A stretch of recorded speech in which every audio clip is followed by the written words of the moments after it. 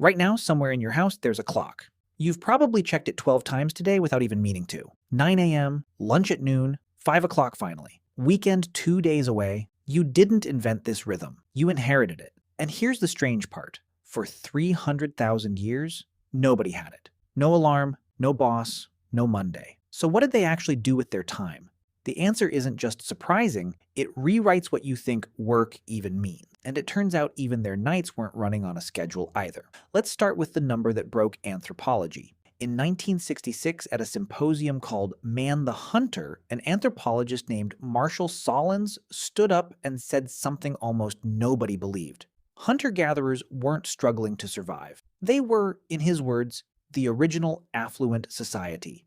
He had the data to back it up. Richard Lee spent years with the Kung of the Kalahari Desert and found something remarkable. Adults met their entire food needs in 2 to 4 hours a day, total. Solins ran the numbers across dozens of societies and landed on the same range, roughly 15 to 20 hours of actual work a week. Banker's hours, he called it, less than a modern part-time job.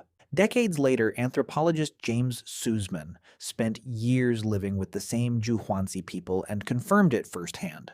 Rarely more than 15 hours a week. The rest of the day belonged to them. What did they do with it? A lot of it looks a lot like your Sunday. The Hadza of Tanzania, one of the last hunting societies on Earth, take a nap most afternoons.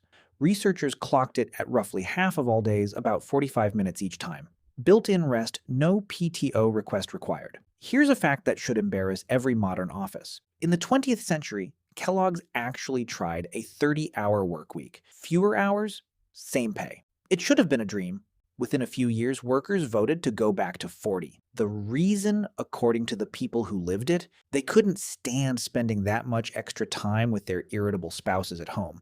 We got the leisure our ancestors had, for a moment, and didn't know what to do with it. But here's where the story gets more complicated. And this is the part almost nobody tells you. That famous number, 15 to 20 hours? More recent, more rigorous reviews across dozens of hunter-gatherer societies put the real average closer to 40 to 45 hours a week, once you count food processing, tool repair, childcare, and the walking.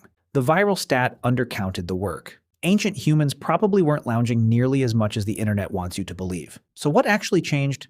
Not the hours, the boundary. There was no clock separating work from everything else. Foraging, cooking, childcare, walking, resting, it was all one unscheduled day blending into itself. We didn't just add hours. We built a wall between labor and life that never used to exist. And that wall didn't stop at sunset, it kept going into the night. You've probably woken up at 3 in the morning, stared at the ceiling, and worried something was wrong with you. In the early 1990s, a psychiatrist named Thomas Ware ran an experiment at the National Institute of Mental Health. He put volunteers in darkness for 14 hours a day, every day, for a month. No artificial light at all. By the 4th week, something strange happened. Every single participant split their sleep into 2 blocks, about 4 hours, then an hour or 2 of quiet, wide-awake stillness, then 4 more hours until morning. Nobody told them to. Their hormone levels spiked with prolactin during that waking window, the same hormone released after exercise, or sex. It wasn't insomnia, it was something closer to meditation, built into their biology and waiting for the lights to go out.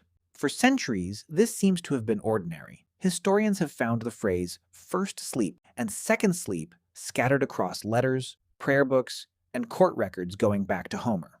But, and this is the twist inside the twist, when researchers actually studied living hunter-gatherers with no electricity at all, the Hadza, the San, the Tsimane, they didn't find 2 sleep blocks. They found one, roughly 6.5 hours, in a single stretch, no segments. So which is it? Maybe both, depending on where you are and how dark the winter gets. The real story isn't as clean as the version that goes viral. What connects all of it, the workday and the sleep, isn't that ancient humans had it all figured out. It's that neither their days nor their nights ever answered to a clock.